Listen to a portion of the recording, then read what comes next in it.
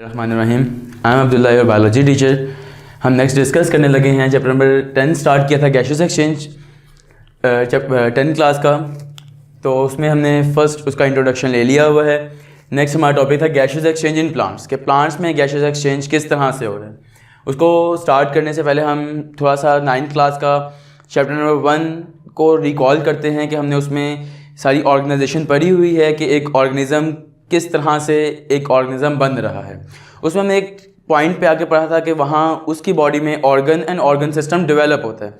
Different tissues के मिलने से ऑर्गन बन रहा है, डिफरेंट ऑर्गन्स के मिलने से हमारे पास एक सिस्टम क्रिएट हो रहा है जिसके हमने ऑर्गन सिस्टम कहा था।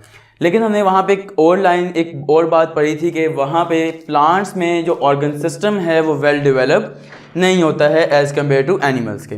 तो यहाँ पे कोई ऑर्गन सिस्टम लाइक अगर हम ह्यूमंस की बात करें, ह्यूमंस में एक रेस्पिरेटरी सिस्टम मौजूद है फॉर ब्रीथिंग, फॉर रेस्पिरेशन। तो इसी तरह लेकिन प्लांट्स में हमारे पास कोई ऑर्गन सिस्टम वेल डेवलप नहीं है कि वहाँ जहाँ पे उनका जो एक रेस्पिरेटरी सिस्टम है, गैसियस एक्सचेंज है, वो प्रोसीड आउट हो सके। तो लेकिन यहाँ पे कुछ स्ट्रक्चर्स ऐसे हैं, कह लें कुछ ऐसे स्ट्रक्चर्स मौजूद हैं जो बेसिकली हेल्प आउट कर रहे हैं, एड कर रहे हैं प्लांट्स को फॉर देयर गैसियस एक्सचेंज। कौन कौन से स्ट्रक्चर्स हम स्टार्ट करते हैं। फर्स्ट वन हमारे पास है स्टोमेटा। स्टोमेटा क्या है? वो स्ट्रक्चर्स हैं जो हमारे यंग स्टेम में और लीव में मौजूद होते हैं। लीव की इनकी कहाँ पे? अब एपिडर्मल लेयर में।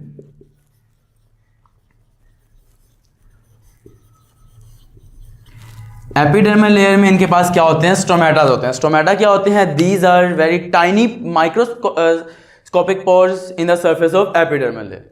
किस तरह से हैं कि अगर हम बात करें, सपोज कि हमारे पास ये एक लीव की सरफेस है, एपिडर्मल लेयर है, यहाँ पे हम कहते हैं स्टोमेटा किस तरह से मौजूद होते हैं। इनका हमने स्ट्रक्चर पढ़ा हुआ है कि 2 गार्ड सेल होते हैं जिन्होंने सराउंड किया होता है एक स्टोमा को, ठीक है, और वो कलेक्टिवली स्ट्रक्चर क्या कहला रहा होता है? स्टोमेटा कहला रहा होता है।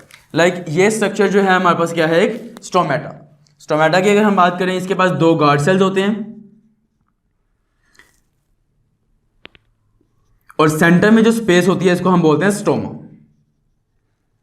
तो यानी ये गार्ड सेल्स और स्टोमा आपस में कलेक्टिवली क्या कहलाते हैं? हमारे पास स्टोमेटास कहलाते हैं। ये वो ओपनिंग्स होती हैं जहां से प्लांट अपनी जो गैसियस एक्सचेंज है वो प्रोसीड आउट करवा रहा होता है। कि लाइक अगर उसमें पता है हमें प्लांट में 2 तरह के प्रोसेसेस हो रहे होते हैं, एक फोटोसिंथेसिस होती है, एक रेस्पिरेशन हो रही होती है। फोटोसिंथेसिस में भी उसे गैसेस चाहिए होती हैं, कार्बन डाइऑक्साइड चाहिए होती है for the formation of their food, glucose बनाने के लिए, और रेस्पिरेशन करवाने के लिए भी उन्हें ऑक्सीजन चाहिए होती है, क्या करने के लिए? उस ग्लूकोज को तोड़ के एटीपी में कन्वर्ट करवाने के लिए। तो उसके लिए गैसियस एक्सचेंज ज़रूरी है। गैसियस एक्सचेंज के लिए जो यंग स्टेम्स और लीव्स हैं उनमें स्मॉल पोर्स मौजूद हैं, हमने क्या कहा है? स्टोमेटा है। क्लियर होगी बात। नेक्स्ट हमारे पास जो स्ट्रक्चर है वो है एयर स्पेसिस। हमें पता है कि जो लीव्स की कह लें एपिडर्मल लेयर होती है, 2 होती हैं एपिडर्मल, एक होती है अपर एपिडर्मल लेयर और एक होती है लोअर एपिडर्मल लेयर। अगर हम अपर एपिडर्मल लेयर की बात करते हैं, उसके पास कुछ सेल्स होते हैं जिनको हम क्या कहते हैं? These are mesophyll sales.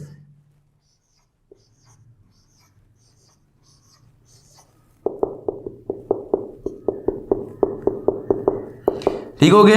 कुछ इस तरह का स्ट्रक्चर होता है प्लांट लीफ के इनर साइड में, जिसको हमने क्या बोला है कि ये सेल्स क्या हैं? सारे हमारे पास मेसोफिल सेल्स हैं। तो मेसोफिल सेल्स के दरमियान कुछ स्पेसेस होती हैं जिनको हम नाम देते हैं दीज आर एयर स्पेसेस। और ये किस तरह से हमें हेल्प आउट करवा रही होती हैं? ये भी हमें कह लें गैप और स्पेस प्रोवाइड करती हैं प्लांट के लीफ में गैसियस एक्सचेंज के लिए, यानी कि एक्सचेंजेस ऑफ गैसेस के लिए। कार्बन डाइऑक्साइड इंटेक करनी है तो भी ये हेल्प आउट कर रही हैं, अगर ऑक्सीजन एक्सहेल करनी है इन्होंने अपनी बॉडी से तब भी एयर स्पेसेस हमें हेल्प आउट कर रही होती हैं। अच्छा, अब हम बात करते हैं कि हमारे प्लांट पे 2 तरह की सिचुएशंस आ सकती हैं।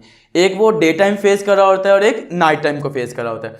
डे टाइम को जब फेस करता है, अगर हम मूव करें आगे, डे टाइम को जब वो फेस कर रहा है तो तब वहाँ पे फोटोसिंथेसिस भी हो रही होती है उनके लीव्स में, और वहाँ पे रेस्पिरेशन भी हो रही होती है। फोटोसिंथेसिस क्या है? अगर हम थोड़ा सा ओवरव्यू लें इसका, फोटोसिंथेसिस क्या है? वो प्रोसेस है जिस प्रोसेस में लाइट की प्रेजेंस में हम क्या कर रहे हैं? ग्लूकोज की सिंथेसिस करवा रहे हैं। और ये फोटोसिंथेसिस का प्रोसेस सिर्फ और सिर्फ जो कह लें हमारे पास ऑटोट्रॉफ्स लाइक प्लांट्स हैं उनमें, और जो साइनोबैक्टीरियाज हैं उनमें, और सम ग्रीन एल्जीज में हो रहा होता है।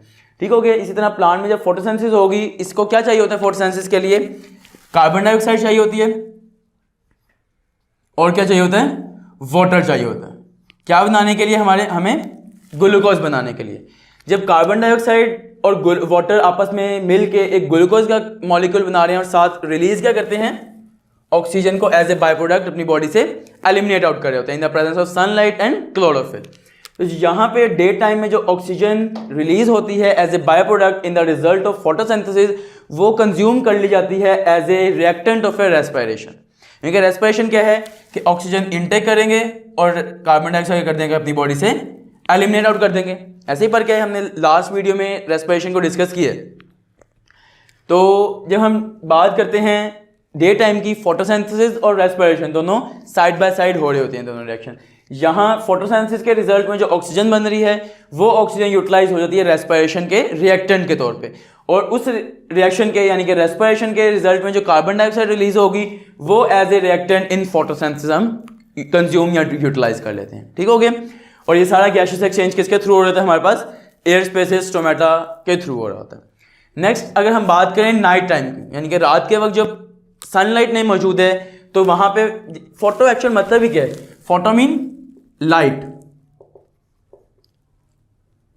एंड सिंथेसिस मीन प्रोडक्शन, कि in the presence of light हम ग्लूकोज की प्रोडक्शन करवा रहे हैं, वो प्रोसेस बेसिकली फोटोसिंथेसिस है। जब सनलाइट ही नहीं है तो फोटोसिंथेसिस भी नहीं होगी। यहां पे जस्ट क्या हो रही होगी? हमारे पास रेस्पिरेशन हो रही होगी कि जो ऑक्सीजन इनहेल कर रहे हैं और कार्बन डाइऑक्साइड अपनी बॉडी से एलिमिनेट आउट करते रहते हैं। एक कंसेप्ट हमने सुना हुआ है कि रात को पौधों के पास नहीं जाना चाहिए। जब क्यों? उसके पीछे अगर हम एक कह लें रीजन, लॉजिकल रीजन देखें तो वो यही होती है कि रात के वक्त वहाँ फोटोसिंथेसिस नहीं हो रही थी, पौधे रेस्पायर करवाना शुरू कर देते हैं। रेस्पायर जब करवाते हैं तो वो सराउंडिंग से अपने ऑक्सीजन को एब्जॉर्ब करते हैं और कार्बन डाइऑक्साइड रिलीज करना शुरू कर देते हैं। जब कार्बन डाइऑक्साइड रिलीज करेंगे तो एटमॉस्फेयर में कार्बन डाइऑक्साइड की अमाउंट क्या हो जाएगी? ज़्यादा हो जाएगी। जब कोई इंसान उस ज़्यादा कंसंट्रेशन वाले एरिया में जाके इनहेल करेगा तो वो ऑक्सीजन की बजाय कार्बन डाइऑक्साइड की अमाउंट उनकी लंग्स में ज़्यादा जा रही होगी। तो इसी वजह से एक्चुअल में जो कंसेप्ट है हमारा कि रात को पौधों के पास नहीं जाना चाहिए। ठीक हो गया। नेक्स्ट हम मूव करते हैं, जो नेक्स्ट स्ट्रक्चर है प्लांट में कह लें गैसियस एक्सचेंज के लिए, वो है लेंटिसेल्स। एक हमने बात की यंग स्टेम और एक होती है वुडी स्टेम। दोनों में क्या डिफरेंस है? जब एक नया पौधा उगना शुरू होता है, जब जिसको हम सीडलिंग बोलते हैं, उसमें जब एक उसकी स्टेम होती है बहुत नाजुक सी होती है, ग्रीन कलर की होती है, वो बेसिकली क्या होती है? उसकी यंग स्टेम होती है। जिस तरह वो ग्रो करता करता करता करता एक ट्री बन जाता है, तब उसकी स्टेम जो है वो एक लकड़ी की वुडी स्टेम बन जाती है, यानी कि मैच्योर हो जाती है स्टेम। तो जो यंग स्टेम है उसमें हमारे पास क्या मौजूद थे? स्टोमेटा थे। और जो लेंटिसेल्स हैं वो कहाँ मौजूद होंगे? वुडी स्टेम में। यानी कि जो जब मैच्योर हो गई है एक स्टेम, उसके ऊपर जब एक बार्क यानी कि जिसको हम उर्दू में छाल बोलते हैं, वो आ जाती है।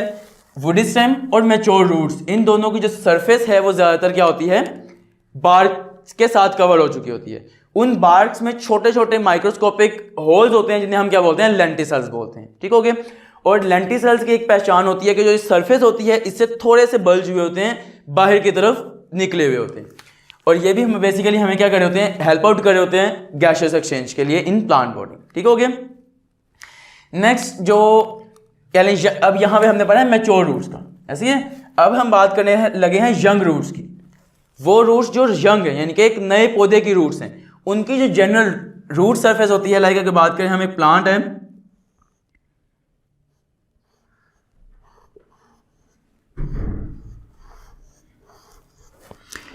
इसके नीचे रूट्स भी होंगे, ऐसी है।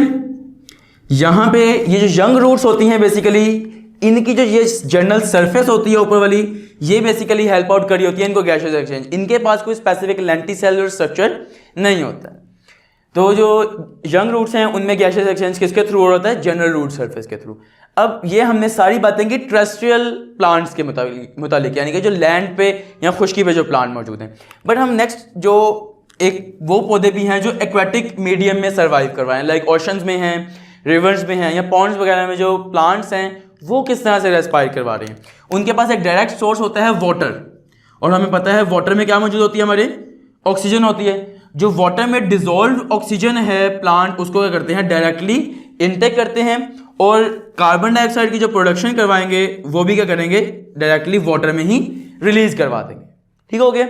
यहां तक कोई मसला होगा तो हमें आप कमेंट सेक्शन में ज़रूर बताइएगा, और इंशाल्लाह इसके बाद जो हम गैसियस एक्सचेंज इन ह्यूमन या एनिमल्स हैं उसको इंशाल्लाह नेक्स्ट वीडियो में डिस्कस करेंगे। Thank you.